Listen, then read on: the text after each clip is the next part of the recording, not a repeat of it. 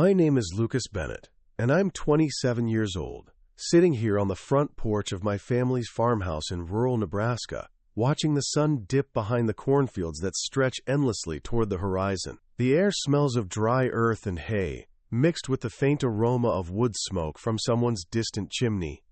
It's October, and the leaves on the old oak tree beside the house have turned amber and rust, clinging stubbornly to branches that have weathered more storms than I can count.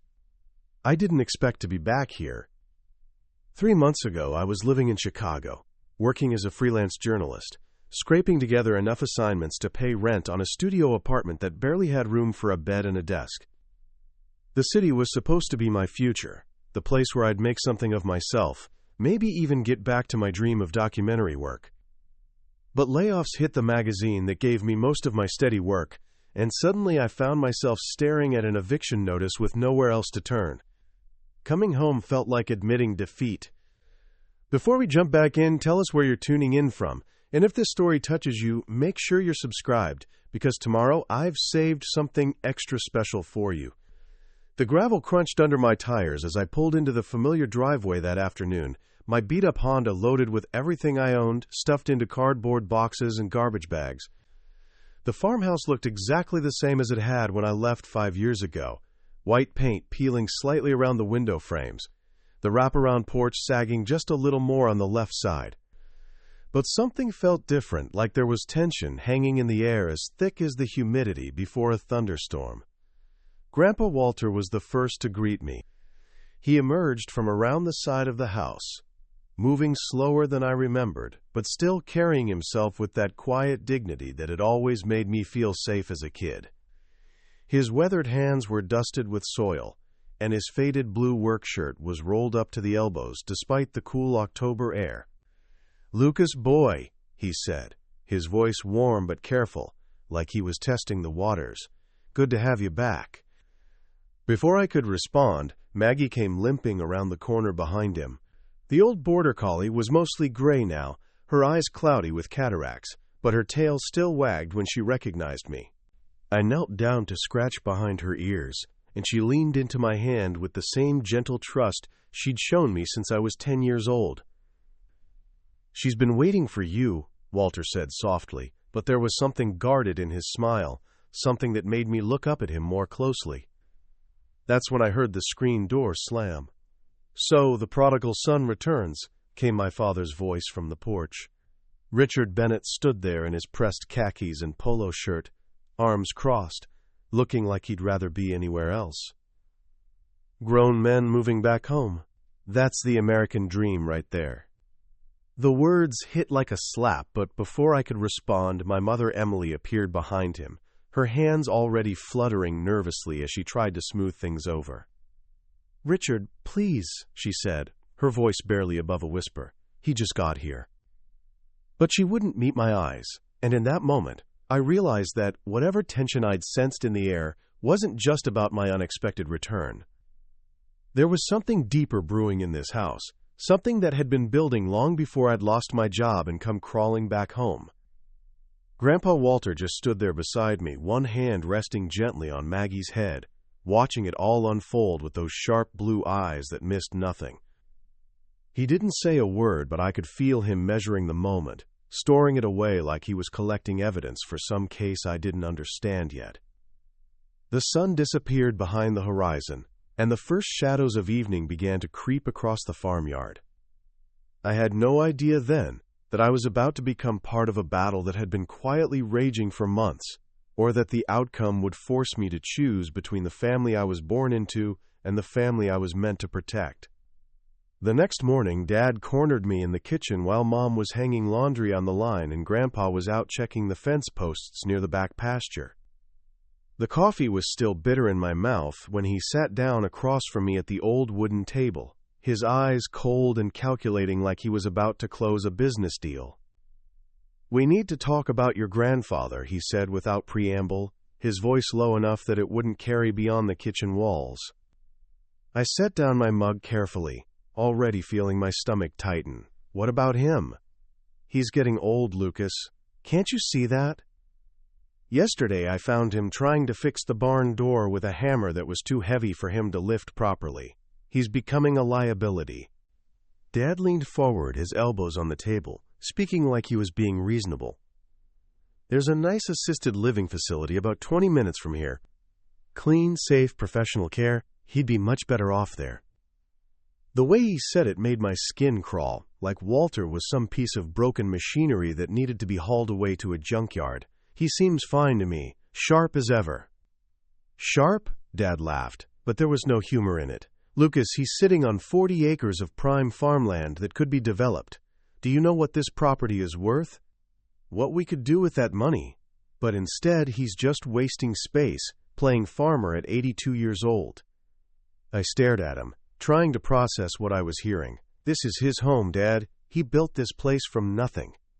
And now it's time to let it go." His voice hardened, and I saw something ugly flash across his face. "Look, you're here now. You're his favorite. He'll listen to you. Just talk to him. Make him see reason. The old man's stubborn, but he's not stupid." Through the window, I could see Walter moving slowly along the fence line, Maggie trailing behind him, both of them moving with the kind of purpose that comes from decades of routine. There was something peaceful about the scene, something that felt right in a way that Dad's words didn't. "I'm not going to pressure him into anything," I said finally. Dad's jaw tightened. "You're being sentimental. This is about what's best for everyone, including him. Think about it, Lucas. Really think about it."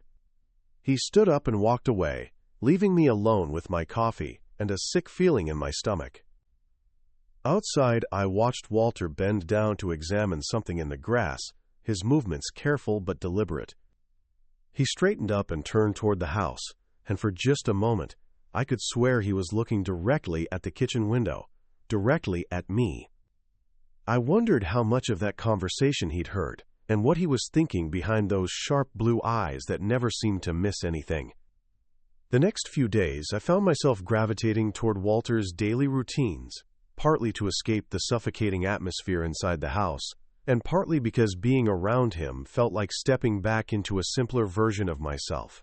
We worked together on small projects, fixing a broken section of fence that ran along the property line, our hands moving in quiet synchronization as we stretched new wire and secured the posts. "Your great-grandfather and I built this fence when your dad was just a boy," Walter said, testing the tension on the wire with weathered fingers that still knew their work. "Back then, Richard used to help us. Had good hands for it, too, before he decided farming wasn't dignified enough for him." There was no bitterness in his voice, just a kind of sad acceptance that made my chest tight. I hammered in another staple, watching him work with the kind of precision that comes from decades of practice. "Tell me about building the barn," I said, remembering the stories he used to tell me when I was a kid. His face lit up slightly. "My father and I, we raised that barn in the summer of '68. Hottest July on record, but we had help from every neighbor within 10 miles. Took us 3 days of dawn to dusk work, but when it was done, we had a celebration that lasted until midnight." He paused, running his hand along the fence post. "Land tells you who you are, Lucas. It holds your work, your sweat, your hopes. It remembers." The sound of tires on gravel made us both look up.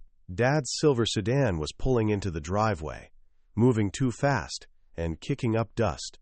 He slowed as he passed us, and I caught sight of his face through the windshield, watching us with something that looked like calculation mixed with irritation. Walter noticed, too. When the car disappeared around the house, he went back to his work, but something had shifted in his posture, a subtle tensing of his shoulders. "He doesn't like us working together," I said, more statement than question. Walter was quiet for a long moment, testing another section of wire. "Your father's always been impatient with things he can't control quickly.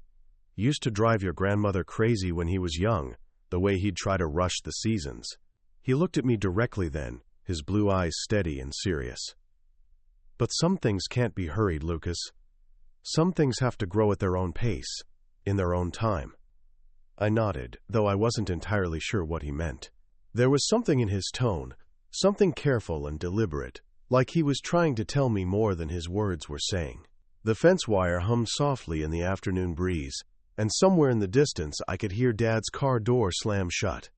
That evening, the four of us sat around the dinner table like we had countless times when I was growing up, but the familiar ritual felt strained, loaded with unspoken tension. Mom had made pot roast, Walter's favorite, and the smell should have been comforting. But I could barely taste the food as I watched Dad push his vegetables around his plate, building up to something. "I've been thinking about our conversation, Lucas," he said finally, cutting his meat with deliberate precision, "about Dad's situation." Walter continued eating steadily, but I saw his jaw tighten slightly. Mom suddenly became very interested in her mashed potatoes. "I don't think there's a situation," I said carefully. "Of course there is." Dad's voice took on that reasonable tone that made my skin crawl. "Look, I called Sunset Manor today. They have an opening next month, and they offer excellent care. Physical therapy, social activities, proper medical supervision. Dad would have everything he needs." "Everything except his home," I said. Dad's fork clinked against his plate as he set it down harder than necessary. "This place is falling apart, Lucas. The roof needs work. The plumbing is ancient, and frankly, it's not safe for someone his age to be living alone out here." "He's not alone," I pointed out. "We're here." "For how long? You'll find another job eventually, move back to the city. Then what? Mom and I can't be driving out here every day to check on him." Walter finally spoke, his voice quiet but steady. "Not while I can breathe and stand." The words hung in the air like a challenge. Dad's face flushed red, and I could see his temper starting to fray around the edges. "That's not realistic, Dad. You're 82 years old. What happens when you fall? When you have a medical emergency? Who's going to help you then?" "I've been taking care of myself longer than you've been alive, Richard," Walter said, still in that same calm tone. "I think I can manage a while longer." Under the table, Maggie whined softly, sensing the tension that was crackling between the generations. Mom reached for her water glass with trembling fingers, and I realized she was fighting back tears. "This is ridiculous," Dad snapped. "You're being stubborn for no reason. We're trying to help you." Walter looked at him directly then, and something passed between them that I couldn't quite read. "Help," he repeated softly, like he was tasting the word. "Is that what we're calling it?" The silence that followed was deafening. Dad's face went white, then red again, and for a moment I thought he might explode.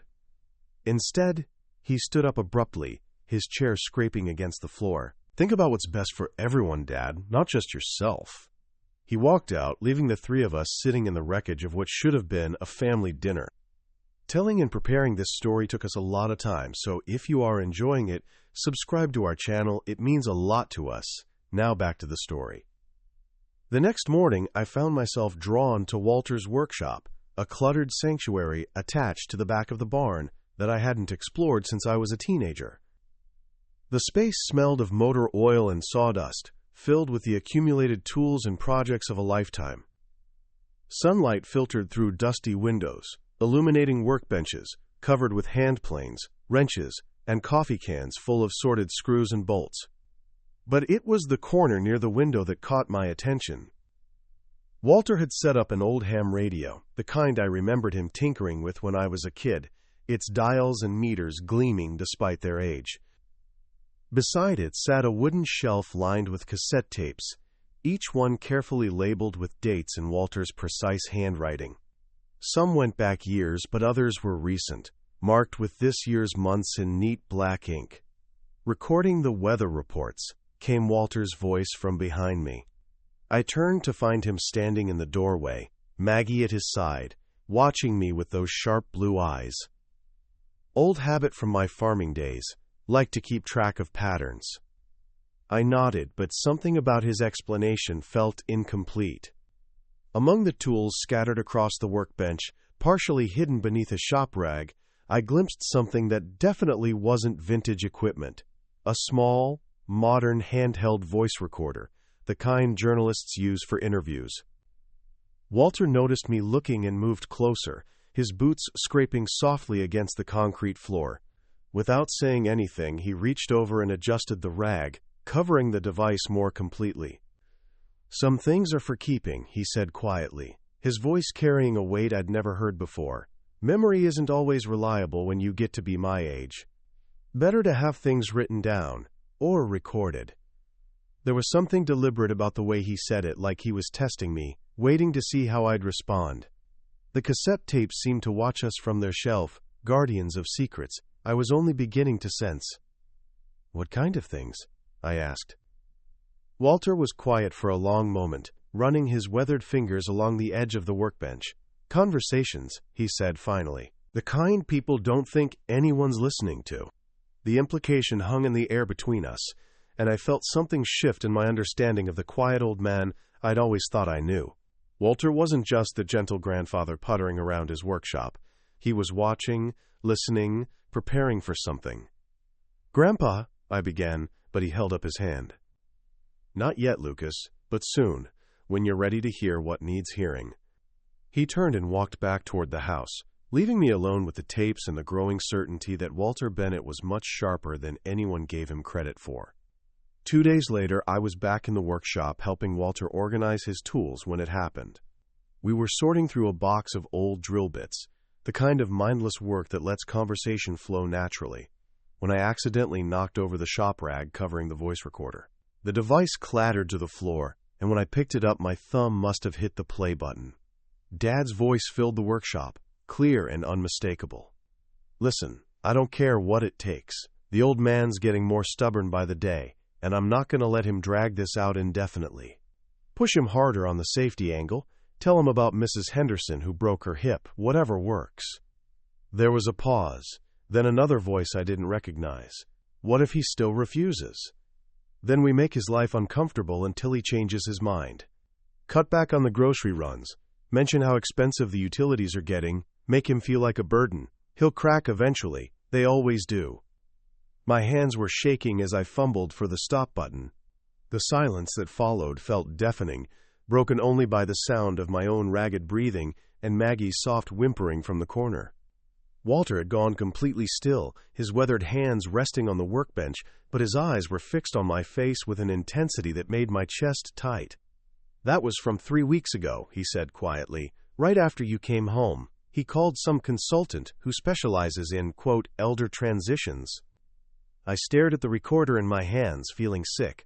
"Grandpa, I had no idea. I swear I didn't know he was." "I know you didn't, son." His voice was gentle but tired, like he'd been carrying this weight for far too long. "Your father's always been good at showing people what they want to see. But voices don't lie. Especially when people think no one's listening." Quote. He reached over and took the recorder from my trembling hands, his fingers surprisingly steady. I've been documenting these conversations for months now. Phone calls, private discussions when he thinks I'm napping, meetings with that consultant, all of it. "Why didn't you tell me sooner?" Walter's blue eyes met mine, and I saw something there I'd never seen before, a kind of weary determination that made him look older and stronger at the same time. Because once you hear everything, Lucas, you can't unhear it, and that changes things between you and your father forever. I wanted to be sure you were ready for that choice. I looked down at the recorder, then back at him. "I'm ready now." We moved to Walter's small den off the kitchen, a cramped space lined with old farming magazines and family photos that felt safer, more private than the workshop. Walter settled into his worn leather chair while I sat on the edge of the couch, Maggie curled between us like a furry referee. He selected a cassette tape labeled September 15th and slid it into an old boom box with hands that showed no trace of the tremor I'd noticed during dinner conversations. "This one's particularly illuminating," he said, pressing play. Dad's voice filled the room again, but this time he was talking to someone different, someone who laughed at his cruel observations. "The beauty of it is he thinks he's being independent. Meanwhile, I'm controlling every aspect of his environment. I've already talked to the utility company about estimated billing irregularities that'll jack up his heating costs this winter. And that grocery delivery service he likes? They're going to start having mysterious scheduling conflicts." "Smart," came the other voice. "Psychological pressure works better than direct confrontation with this generation. They hate feeling helpless more than anything." "Exactly. By Christmas, he'll be begging to move somewhere with included meals and climate control. The best part is, everyone will think it was his idea." I felt bile rise in my throat. Walter stopped the tape and looked at me with those steady blue eyes that had seen too much. "There are 12 more like that," he said quietly. Phone calls with realtors about property assessments, conversations with that consultant about resistance management, even a recording of him telling your mother that my medication might be making me confused and paranoid if I started talking about being pressured. Quote, "My hands were clenched into fists without me realizing it. How long has this been going on?" "Since spring. Maybe longer, but that's when I started keeping records." Walter ejected the tape with practiced efficiency. "I learned in Korea that documentation saves lives. Evidence protects people when good intentions aren't enough." "We have to expose him," I said, my voice tight with anger. Walter was quiet for a moment, studying the tape in his weathered hands. "I've been reluctant to destroy my own son, Lucas. Blood is blood, even when it's poisoned. But I won't be thrown away like garbage either." He looked up at me. "If it comes to a legal fight over my competency, these recordings will prove who's really trying to manipulate whom." "It won't come to that," I said firmly. Walter's smile was sad but grateful. "No, I don't think it will. Not anymore." 3 days after listening to the tapes, Dad forced the issue. He announced it at dinner like he was reading a weather report, his voice clinical and matter-of-fact as he cut into his pork chop. "I've made preliminary arrangements with Sunset Manor," he said without looking up from his plate. "They're holding a room for Dad starting December 1st. I've already spoken with the intake coordinator about his medical needs and dietary preferences." The fork slipped from my hand and clattered against my plate. Mom's face went pale, and she pressed her napkin to her mouth like she might be sick. Walter continued eating, but I saw his jaw tighten, the only sign that he'd heard what amounted to an eviction notice. "You can't just make decisions for him," I said, my voice louder than I intended. Dad finally looked up, his eyes cold and impatient. "Someone has to be realistic here, Lucas. This isn't a negotiation anymore. It's a safety issue, and I won't have his death on my conscience because we were all too sentimental to do what needed to be done." "That's not your choice to make," I snapped. "Isn't it?" His voice turned sharp, dangerous. "I'm his next of kin. I have power of attorney for medical decisions. And if necessary, I can petition the court to have him declared incompetent to manage his own affairs." The threat hung in the air like smoke from a house fire. Walter set down his fork carefully and looked directly at Dad for the first time since the conversation started. "You'd do that to your own father?" His voice was quiet, but there was steel underneath it. "If I have to," Dad replied without hesitation. "This has gone on long enough." I stood up so quickly my chair scraped against the floor. "You're talking about destroying him. This is his home, his life, everything he's worked for. I'm talking about what's practical, what's best for everyone involved." Dad's face was flushed now, his careful control starting to crack. "You think sentiment pays bills? You think nostalgia fixes broken plumbing or prevents falls? Grow up, Lucas." Mom finally found her voice, soft and trembling. "Richard, please, can't we discuss this as a family?" "We are discussing it," he said coldly. "I'm telling you what's going to happen." That night, after Dad had stormed off to his study and Mom had retreated to their bedroom, I found myself sitting on Walter's porch with him and Maggie, watching the stars appear one by one over the cornfields. "Tomorrow," Walter said quietly, "it has to be tomorrow before he makes any more calls or signs any papers." I nodded, understanding perfectly what he meant. The time for quiet documentation had passed. Now we had to act. I called the family meeting for that Sunday afternoon, telling Dad we needed to resolve the situation about Grandpa's living arrangements once and for all. The irony wasn't lost on me that I was using his own manipulative language against him. We gathered in the living room, the same space where I'd played with toy trucks as a child, now feeling like a courtroom. Dad sat in his usual spot on the couch, confident and impatient, checking his watch like he had somewhere more important to be. Mom perched on the edge of her chair, her hands twisted in her lap, while Walter settled into his old recliner with Maggie curled at his feet. I stood near the mantelpiece, the voice recorder hidden in my jacket pocket, my heart hammering against my ribs. "Since we all seem to have different ideas about what's best for Grandpa," I began, my voice steadier than I felt, "I thought we should hear from all parties involved before making any final decisions." Dad waved his hand dismissively. "Lucas, we've been through this. I've already made the arrangements. The discussion is over." "Actually, it's not." I pulled out the recorder and set it on the coffee table. "I think we should listen to what you really think about this situation. In your own words." Dad's face went from impatient to confused to alarmed in the space of a heartbeat. "What is that?" "Documentation," Walter said quietly, speaking for the first time since we'd sat down. I pressed play. Dad's voice filled the room, clear and damning. "Listen, I don't care what it takes. The old man's getting more stubborn by the day, and I'm not going to let him drag this out indefinitely." "Turn that off," Dad said, his voice sharp with panic. But I let it play. The consultant's voice, the cruel laughter, the detailed plans to manipulate utility bills and grocery deliveries. Dad tried to talk over it, tried to deny what we were hearing, but his own words kept flowing from the small speaker like poison from a wound. "That's taken out of context," he said desperately when I finally stopped the first recording. "You don't understand the full situation." "Then let's hear more context," I said, switching to another tape. This time it was Dad talking to someone about property assessments, discussing Walter like he was already dead. "Once the old man's out of the picture, we're looking at maybe $500,000 in development potential." Mom's hands flew to her mouth, her eyes wide with horror. "Richard, how could you?" "Emily, you don't understand. This is for our future, for our security." "Our security?"